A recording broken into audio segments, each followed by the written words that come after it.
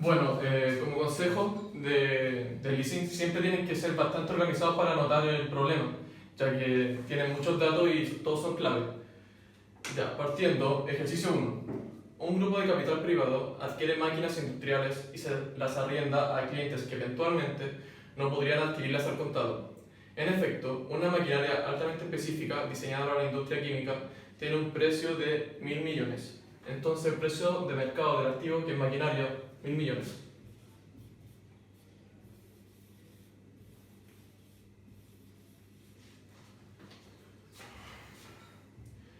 Y se la arrendará por 4 años en cuotas anuales anticipadas. Entonces, el contrato de arrendamiento, la modalidad de pago va a ser cuota anual anticipada.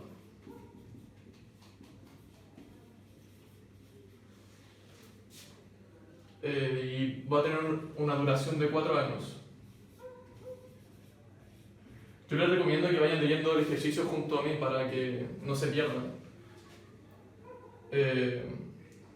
Anticipadas de 4 años. Y la cuota va a tener un valor de 275 millones.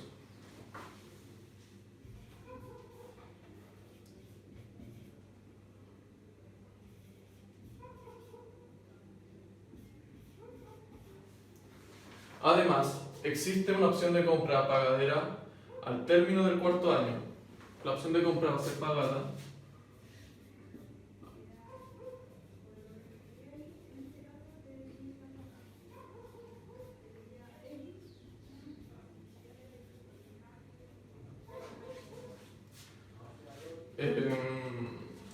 y planean adquirir el activo, o sea, están ofreciendo el activo por 1.500 millones. Eso es lo que le ofrecen al arrendatario para adquirirlo.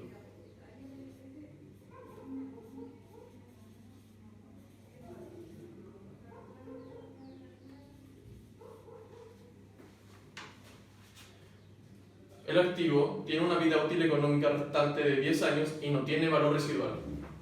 Entonces, 10 años y valor residual igual a 0.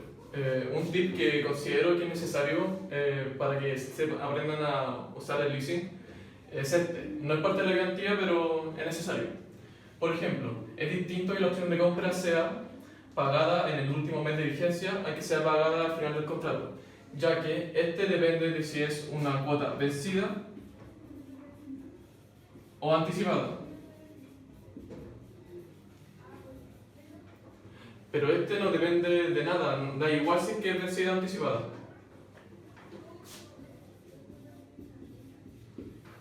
Por ejemplo, si yo tengo un contrato de 10 meses y al final del contrato, en el último mes de vigencia del contrato, me ofrecen adquirir el activo, si mi cuota fuese vencida, sería al final de los 10 meses que tendría que pagar. Entonces, para traer el activo que me va a costar eso, y esa es la tasa, va a ser 10.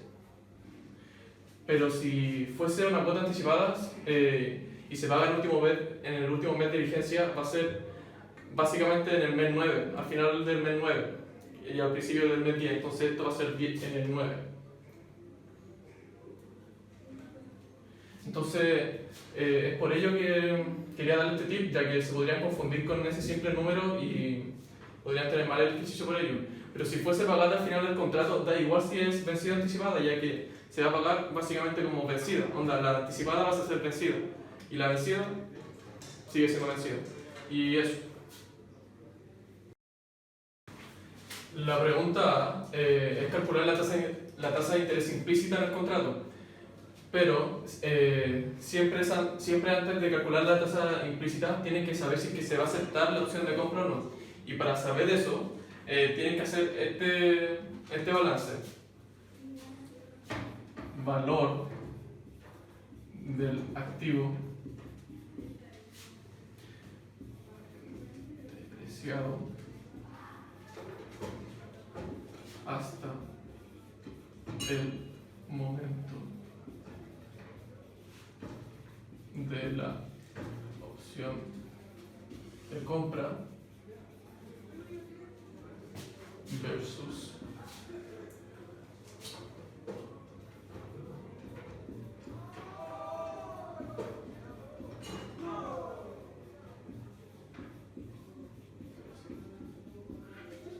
Esto es bastante intuitivo, ya que si me están ofreciendo comprar el activo, digamos, al final del cuarto año, yo quiero saber cuánto va a valer de verdad el activo al final del cuarto año, para que no me estén estafando con dinero. Entonces, tengo que depreciar el activo hasta el cuarto año y ahí el valor que me dé, tengo que compararlo con el valor que me están ofreciendo.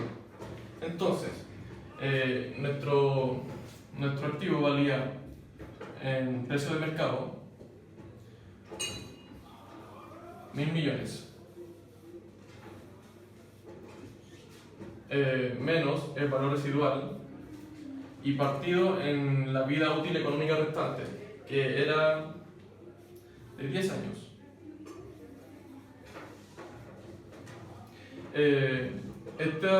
Esta ecuación nos va a dar que el activo se deprecia anualmente 100 millones.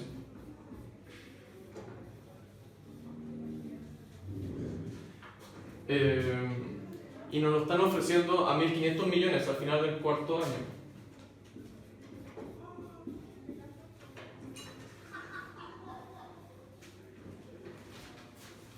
Bueno, el activo se deprecia 100 millones por año, entonces al final del cuarto año va a valer 600 millones, que sería 1.000 menos 400.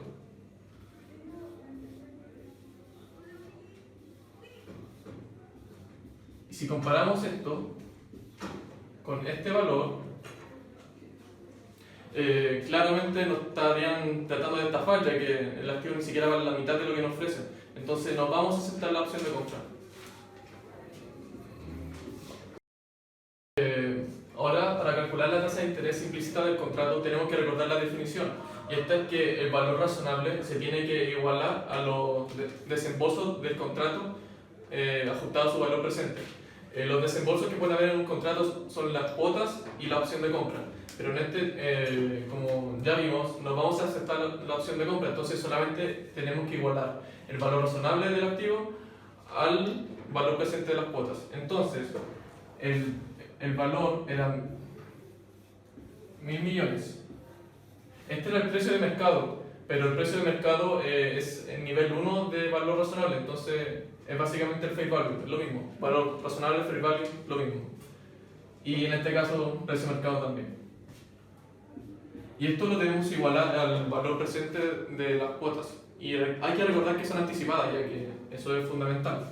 La cuota tenía un valor de 275 millones 914 128 por. Esta es la fórmula de valor presente anticipada. Una anualidad anticipada.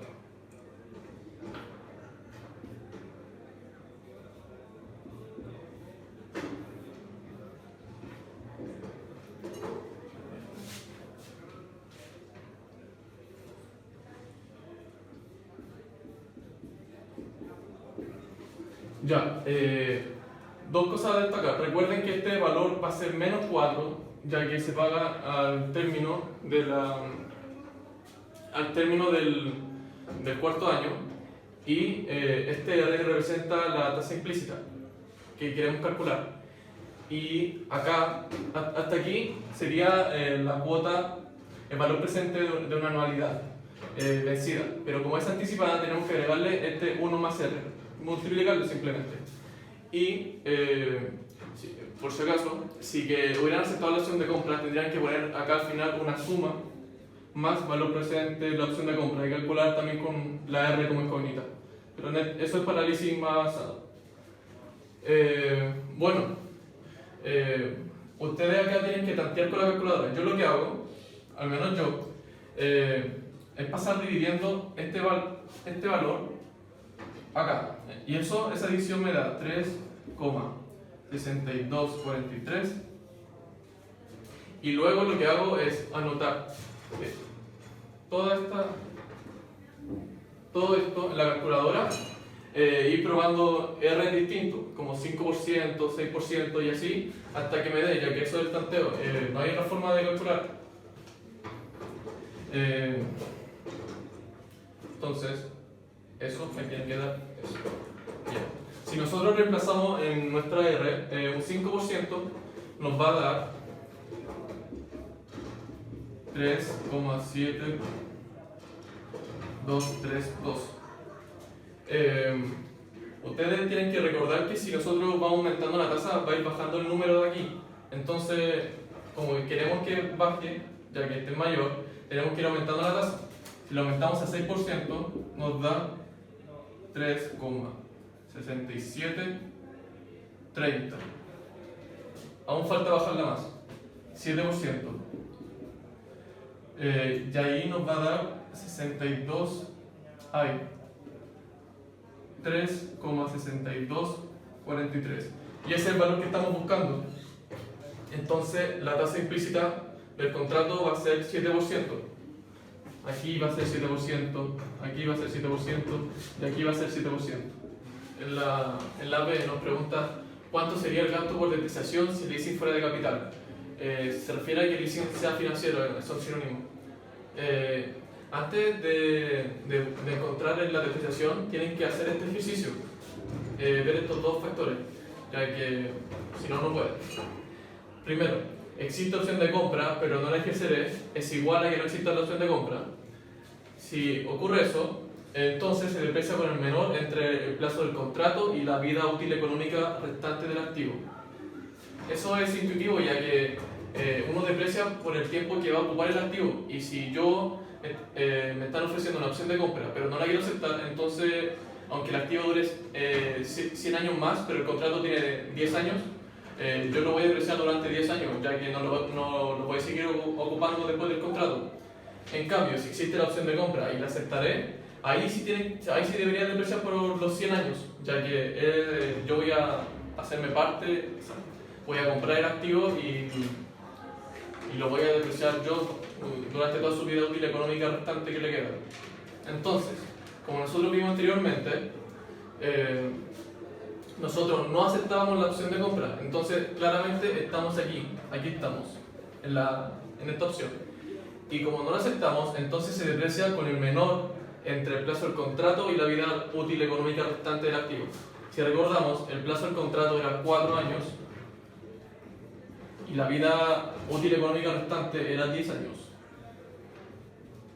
Y la regla nos dice que se deprecia con el menor, entonces 4 años. 4. Y esto nos da 250 millones anuales.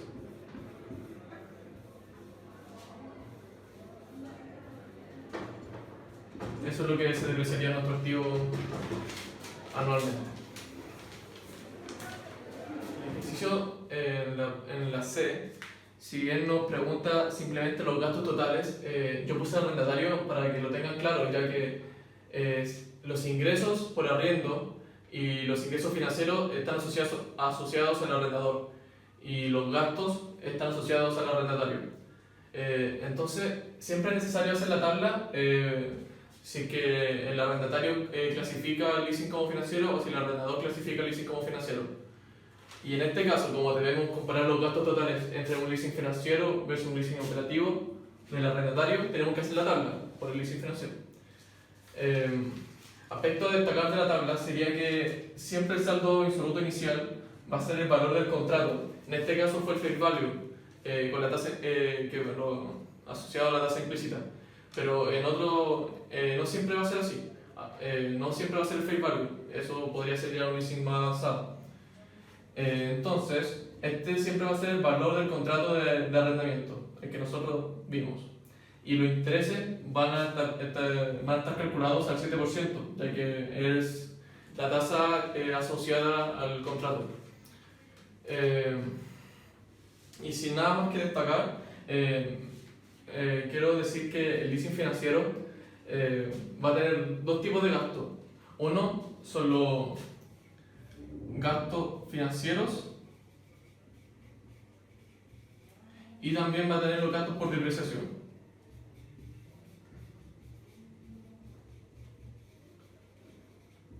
Anteriormente calculamos que el leasing, el activo se depreciaba anualmente 250 millones, por lo que a lo largo de los 4 años se va a depreciar 1.000 millones, o sea que va a haber un gasto por depreciación de 1.000 millones.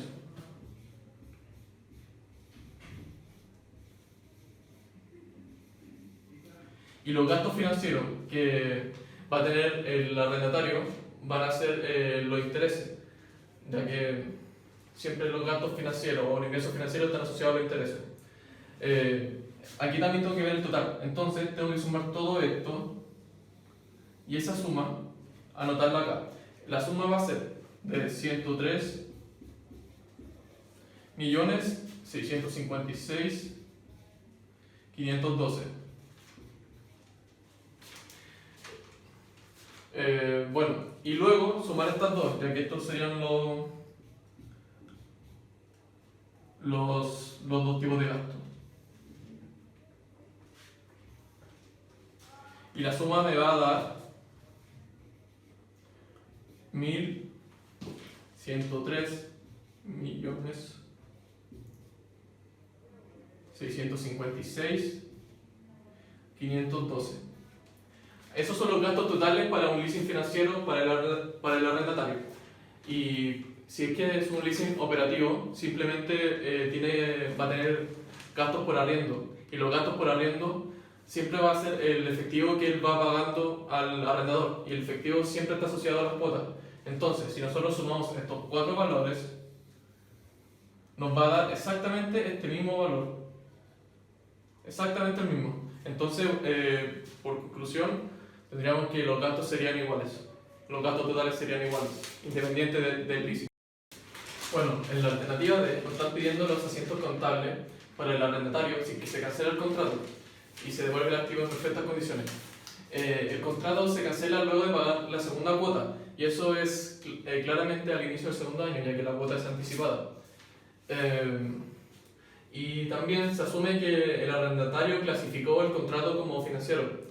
Esto digo que se asume porque ninguna alternativa anterior lo realizamos, pero no es que se asuma, también es cierto, ya que el arrendatario siempre clasifica el leasing como financiero, a menos que el activo en leasing sea menor a $5.000, pero en este caso no lo es, ya que es de 1.000 millones, o que el contrato de arrendamiento sea inferior a 12 meses, pero en este caso tampoco lo es, ya que es de 4 años. Entonces, sí es financiero. Onda, si hubiese sido alguna de esas dos, hubiese sido operativo, pero como no hay ninguna, es financiero. Como el contrato se cancela luego de pagar la segunda cuota, o sea, al inicio del segundo año, tenemos dos cosas importantes. Una, la depreciación que llevamos acumulada hasta ese tiempo. Simplemente ha pasado un solo año. Ya que el contrato se cancela al inicio del segundo, entonces la depreciación acumulada ha sido de 250 millones.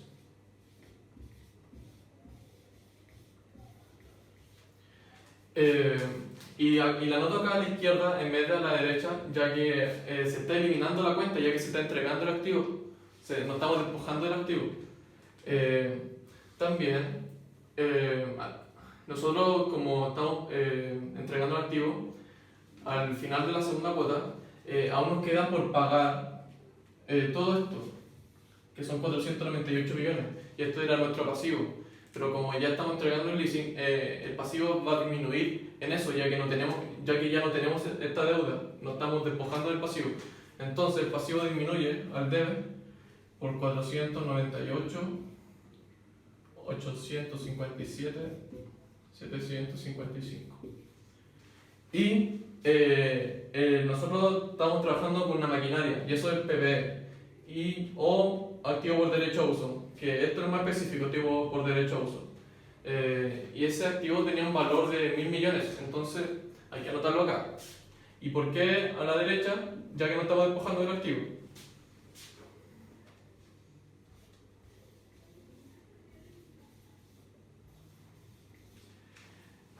Como veremos, para completar nuestro asiento contable, claramente nos falta un valor para que cuadre. Y ese valor va a ser una pérdida por la cancelación del leasing. Y esa pérdida va a ser por 251, 142, 245. Y ese es básicamente la letra D. En la alternativa E nos están preguntando el valor por financiar del leasing. Yo les quería dar este tip, ya que se lo podrían preguntar de otra forma, que sería ¿cuánto sería el valor sobre el cual genero o devengo intereses? Esa sería otra forma que le podrían preguntar y sería básicamente la misma respuesta. Entonces, para responder tienen que fijarse en esto, si es una cuota anticipada o si es una cuota vencida, el contrato de arrendamiento. Como, si es cuota anticipada, se va a calcular de esta forma: valor presente del contrato de arrendamiento menos la primera cuota.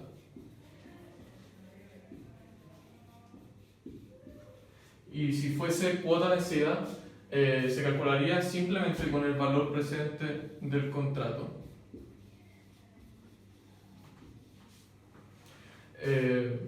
Nosotros vimos que nuestro contrato tenía un valor presente de 1.000 millones, que era el precio de mercado del activo, y que también era el face value de primer nivel. Entonces,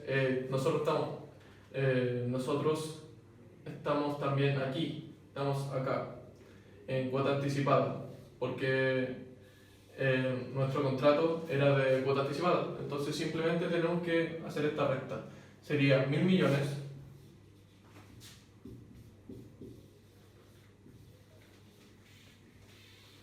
menos la primera cuota, que era de 275.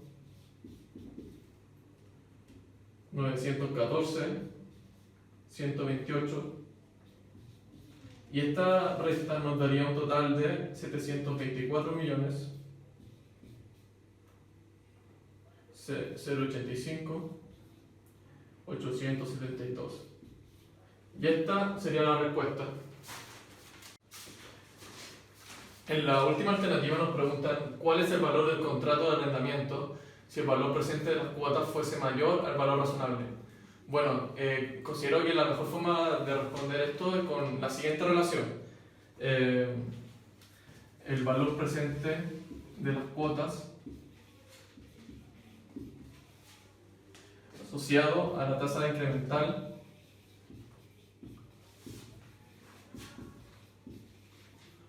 o tasa de mercado o de financiamiento, etc. O el face value o el valor razonable, que es lo mismo, el valor razonable del activo relacionado, asociado a la tasa implícita.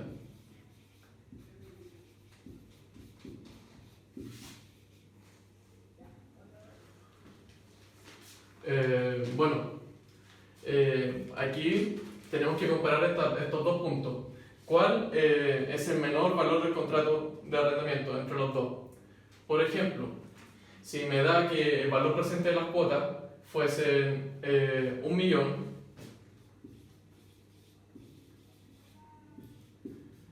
y el valor razonable del activo son 800.000 pesos, este valor presente de las cuotas, y el valor del activo, el valor razonable del activo es 800.000.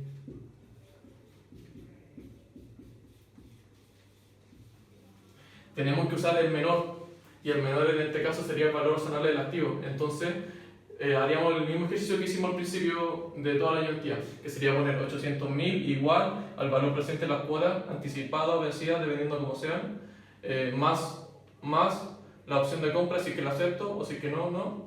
Y entonces, de nuevo, 800.000 igual valor presente de las cuotas, en este caso. Y tendríamos que calcular la R, que sería la tasa implícita. Y eso sería nuestra respuesta. Pero si fuese al revés, si que este fuese 800.000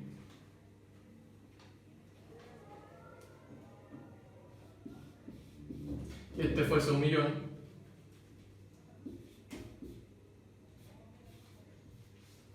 Lo que deberíamos hacer es simplemente calcular nada.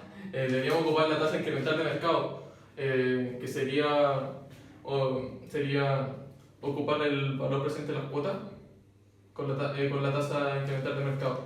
Pero esto es como un adelanto de leasing avanzado, ya que no es parte de esta ayudantía. Y en este caso, como nos preguntaban cuál es el valor del contrato de arrendamiento, si el valor presente de las cuotas fuese mayor al valor razonable, sería esta. Por lo que recién expliqué, que se ocupa siempre el que es menor. Y como el valor presente de las cuotas es mayor, no se ocupa ese, se ocupa el menor.